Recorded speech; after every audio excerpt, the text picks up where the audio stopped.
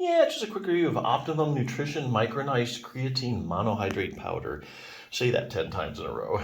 Anyway, so what's creatine for? I mean, why would you really want to be taking this stuff? Well, it's used to improve muscle mass, muscle strength, and exercise performance. So you have a lot of athletes, a lot of people that work out a lot, want to improve their performance. They go to creatine.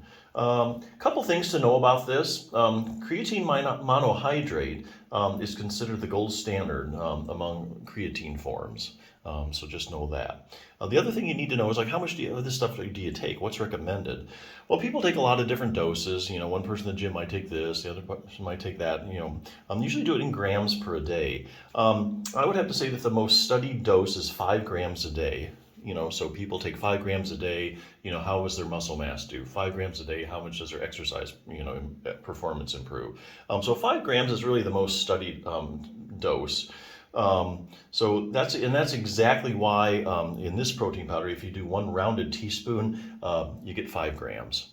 So they usually recommend 5 grams. Now, there's a lot of people will do like a loading dose when you first start creatine. You'll do so many grams a day just to get to load it up. And then after a while, like a maintenance is like 5 grams a day. But just know that 5 grams a day is really, if you start looking into creatine research, that's what you're going to find. So yeah, now if you do a lot of exercise and like especially a lot of upper arm work, bodybuilding, and you have like a shoulder problem, another resource I want you to know about, the 6-minute torn rotator cuff solution for seniors. For seniors, you can forget that. It's high-level athletes could use this. So if you have any kind of shoulder problem, make sure you're strengthening your rotator cuff, and I'll tell you why. Rotator cuff, your shoulder is a very shallow ball and socket joint, and it relies heavily on the muscles just to keep it in place. It's not like the hip, which is a deep ball and socket joint. It doesn't rely that much on the muscles, just this kind of bony architecture. But the shoulder is all about muscles for stability. And hey, guess what the rotator cuff does? It's the main stabilizer of your shoulder. So if you have any kind of shoulder problem and you strengthen your rotator cuff, you're getting more stability, and you probably have a shoulder problem that probably is going to get a lot better. So this kind of goes into, or this is mainly for people who have a rotator cuff tear, but you can also use the program to strengthen your rotator cuff to stay out of trouble. First part just kind of goes over, anatomy and stuff. The question and answer section is really one of the best valuable parts of the book. What are the symptoms of a rotator cuff? Any arm maneuvers that might indicate you have a tear?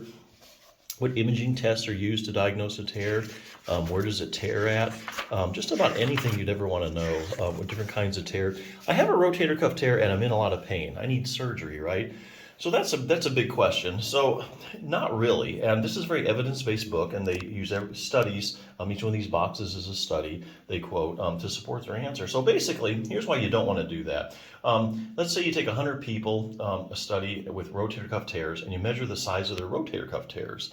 And then you run a visual analog scale, some kind of pain scale, and you find out how bad they're hurting. So therefore you have 100 people, you know how big their tears are, and you know how bad they're hurting. Now you would think there'd be a 1-to-1 correlation, a perfect correlation, okay?